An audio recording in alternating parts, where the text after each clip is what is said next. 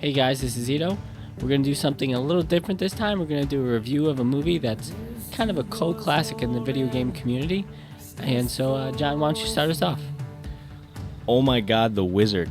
From the first moment I read about it in Nintendo Power and saw the preview on TV one Saturday morning, I was a 9-year-old freak bouncing off the walls waiting for this to come into the theater. It was 1989. I had the NES for 2 years, and there was a movie about the NES showing Super Mario Bros. 3 coming out. And it starred Fred Savage. He was in The Wonder Years, which was the best TV show. Even better, it was present day, so Kevin Arnold was totally into games and not Vietnam or Winnie Cooper.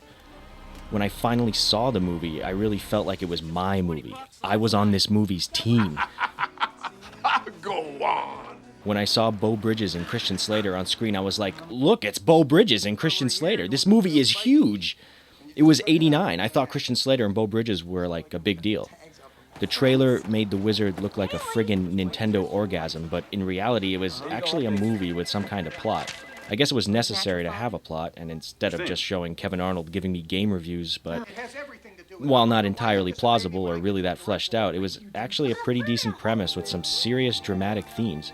The Wizard was about a family split apart by the death of a sibling and the pressure of having to take care of the youngest, slightly autistic and quiet brother, Jimmy Woods. California? Corey, played by Fred Savage, had the need to get out of his present situation and escape to a better place. He also wanted to help his half-brother, who was about to be placed into a home. And by home, I mean some kind of mental institution. Well, you want to see that happen? Huh? You want to see him put Jimmy in a home? California. Young Jimmy keeps trying to run away from home to go to California, a place where his family once went on vacations and had a good time, where they were all together. But because Jimmy keeps taking off, his mom and her new evil husband from the Tracy Ullman Show can't take it anymore. So Corey decides to break into the institution, kidnap his autistic brother, take him on a road trip to California, discover his freakish talent for gaming, What is this kid, some kind of cyborg? and then try to capitalize on it. Does this sound familiar? It's the movie Rain Man for kids. All right! God, it even had the same music.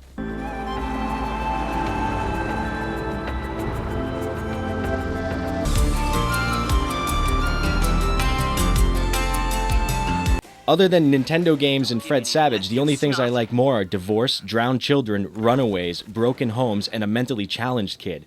California! I think The Wizard was actually a kind of derogatory term for retard that's ridiculously good at Nintendo games. We wouldn't want you to whiz on someone. Wow. So, the movie was Rain Man, but it actually came out a few months before the real Rain Man. What the hell? Where's the Best Picture Oscar? Oh yeah, The Wizard is a gigantic advertisement for Nintendo and Universal Studios. The damn VHS tape I rented had an advertisement for the new amusement park right at the beginning. Even the famous final act of the movie took place at Universal Studios and included a full-fledged chase scene on the studio tour and ended with Jimmy Woods competing in the finals of the Video Armageddon while playing Super Mario Bros. 3. A game that had already been out in Japan for a while but was making kids nuts in the US as they waited and waited for its release here. Christ, the game took forever to come out after the movie was released. Well, at least it felt that way when we were 9. But we're getting ahead of ourselves. Let's take a look at some of the finer points of this masterpiece. Stay tuned for when Ito kicks off part 2 of our multi-part Wizard review here on Retroware TV. Check back to www.retrowaretv.com for updates.